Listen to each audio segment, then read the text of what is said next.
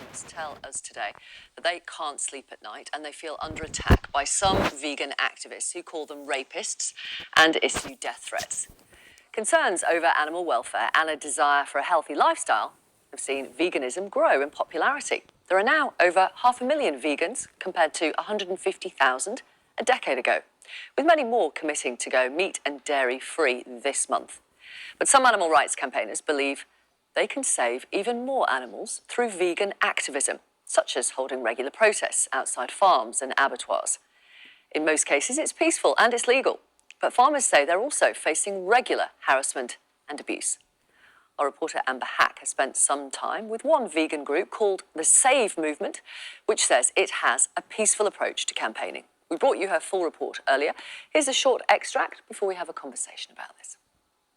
There's no doubt that veganism is one of the fastest growing lifestyles, with demand for vegan and vegetarian food increasing by 987% last year in Britain. Vegans don't eat or use any animal product or dairy. Most have a deep belief we shouldn't kill animals at all. A new group is the Save Movement. They spend weekends waiting outside slaughterhouses, stopping trucks of animals before they're killed. When we filmed with them, some protesters took the opportunity to take it a step further and trespass on the property. Get on private property, get off the land. It got really heated. How dare you treat us that? One of the girls was just picked up and flung right at me. You could just hear the pigs screaming. I said, we just want to acknowledge the fact that the pigs existed, that they deserve some respect at the end of their lives. Farming and meat organisations have met with counter-terrorism police in response to the growth of the movement. The National Pig Association tells this programme that battling vegan activism is one of their main challenges for 2018. I don't take any issue with vegans, but what we do care about is when it turns militant. People are feeling very threatened, but when you get people storming the mart or spraying graffiti like has been happening, that's when individuals feel threatened, and that's really when it's not okay. But then, of course, you do get death threats, which is quite ironic coming from people that want peace for animals and everything. What's going on in there is extreme. What's happening to these animals is extreme. If there were dogs in there, people's pet dogs that they care about, they'd be helping us. The public would be helping us stop those trucks. The public would be trespassing too.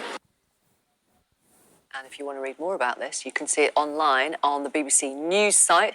It's currently one of the most read stories of today.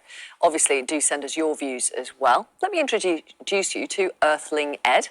He's a vegan activist and social media star. Morning to you. Morning. Paul Tompkins is here. He's a farmer who gets called rapist dozens of times every week on Twitter by vegans. Hello to you. Morning. And Dr. Jude Capper is a dairy industry campaigner and a former vegan. Thank you all very much for talking to us. Paul, what we saw in our reporter's film were peaceful, non-violent action by the Save movement. They were not committing any criminal offences, were they? No, they weren't. Sadly, though, this is the sort of language that, as a dairy farmer, I'm being exposed to every day on my farm. I milk cows back on my farm majority of the time, and the very nature of farming means that we're an open, transparent way of life. You just have to look over any hedge or stone wall and you'll see what we're up to. But I guess that, and of course farmers engage in social media these days as well, but I guess one of the vulnerabilities we have as a result of having footpaths across our land and like I say, just the other side of a hedge means that we are vulnerable to this sort of activism. And like you say, I receive messages online calling me a rapist or murderer or torturer. But you can turn. Well, I guess it causes some distress, but you can turn your telephone off and not look at it. I have colleagues that unfortunately also have been directly targeted. They have footpaths. I know I was speaking to a farmer just the other day who have a footpath across their land, and a family jumped over the fence and they thought, oh, they must need a wee or something, I'll go and see if I can help. But were confronted in a very aggressive manner and accused of doing all sorts to his animals. And the most distressing part of all is that some children were there as well. And I think this is becoming more widespread. I hear from it more often. Another farmer was telling me that the first they heard was the counter-terrorism police ring up to say there's a video of you online that you should be aware of. This is taken overnight, obviously in a way that's there to promote a certain way of life or a certain way of looking at farming.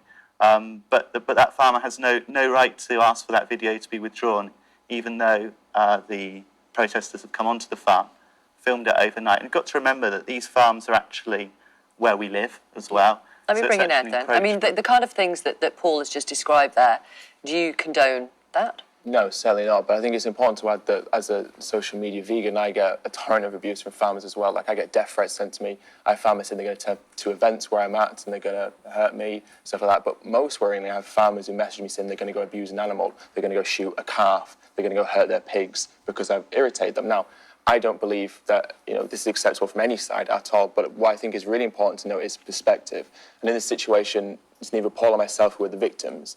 The only victim in this situation is the animal, because they're the one that's kind of the knife pulled across their throat. They're the ones who suffer and ultimately die.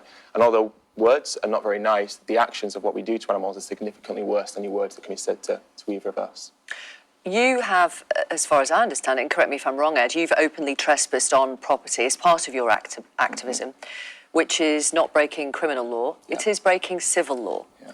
Why don't you do what other people do when they object to something, which is write to your MP, write to the Environment Secretary, get a debate going and try to get the law changed using the normal democratic process? Well, if we look at any social justice movement throughout history, laws have always been far behind, and laws always kind of are struggling to catch up with the activism of its time. Granted. Now, as you say, trespass is a civil offence, it's not a criminal offence. I think this whole idea that farmers are using fear of trespass is a distraction, and they're not scared of the trespass, and what they're scared of is what the footage and the information is showing.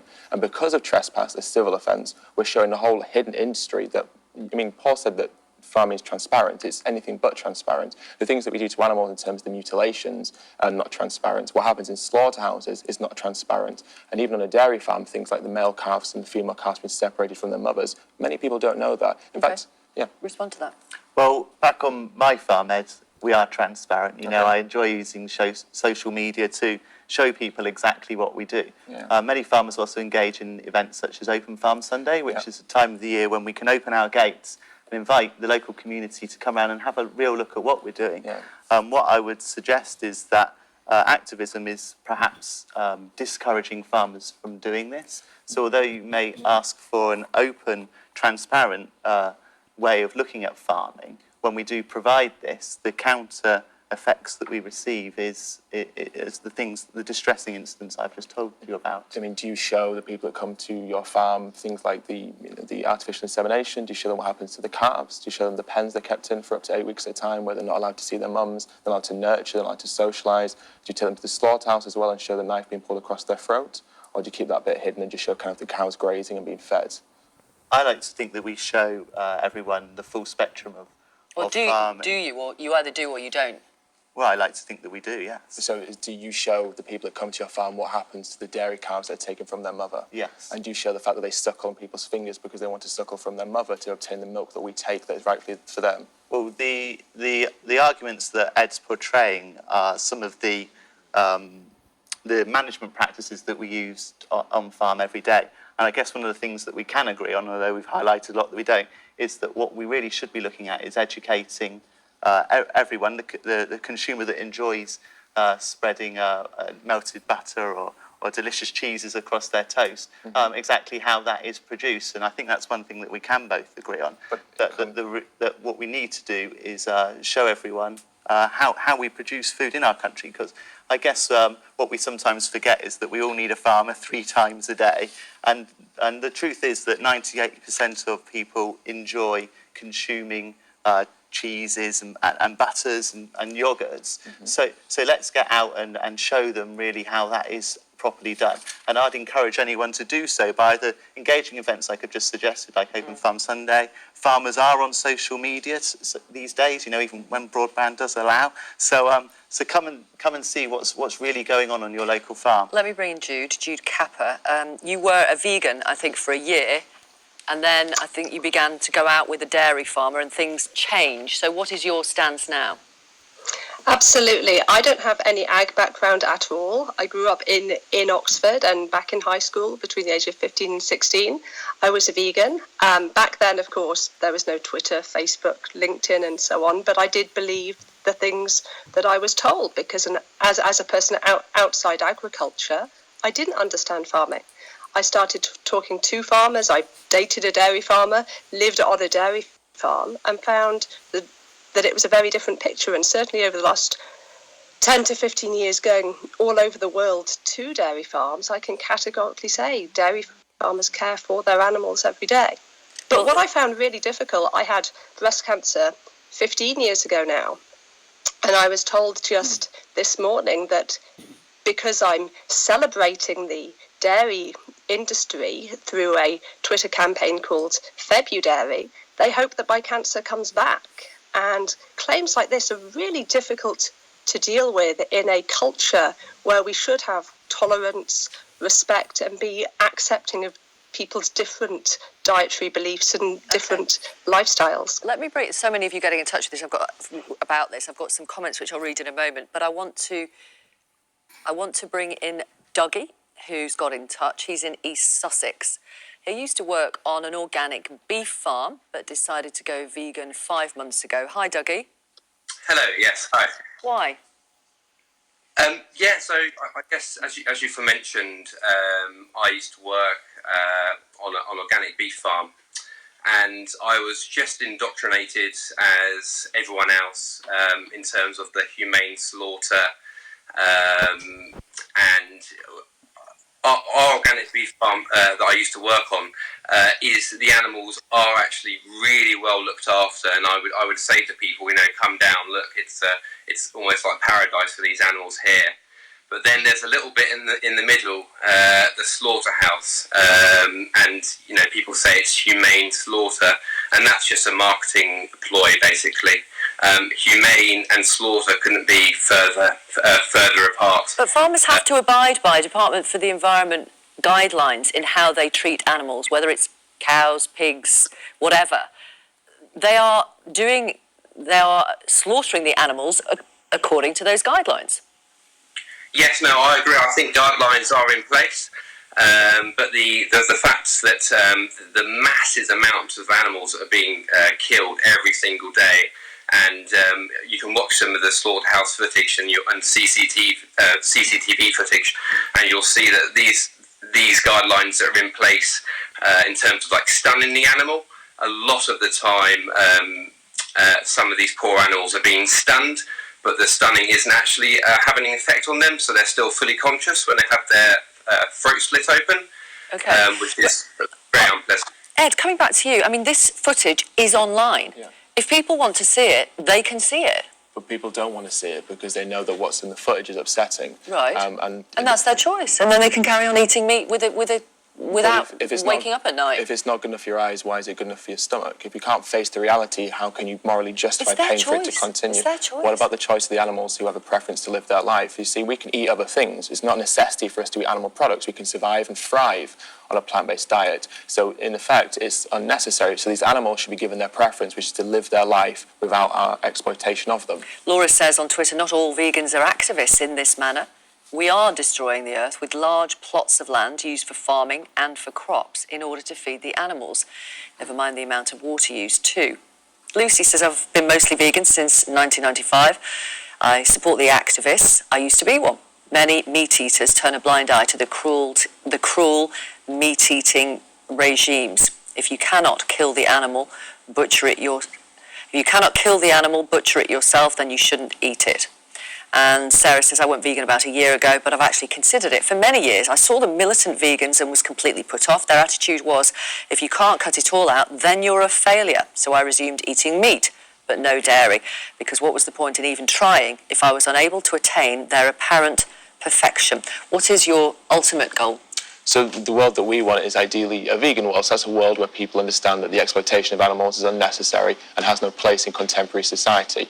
What we have to ask ourselves is, are a taste preference worth more than the life of an animal? Because, a meal to us lasts a matter of minutes, but death for an animal is eternal. They have one chance of life. What right do we have to take it from them just because we enjoy the taste of their flesh in a sandwich? Well, farmers are here to provide... not me. Sorry, Victoria. No, please.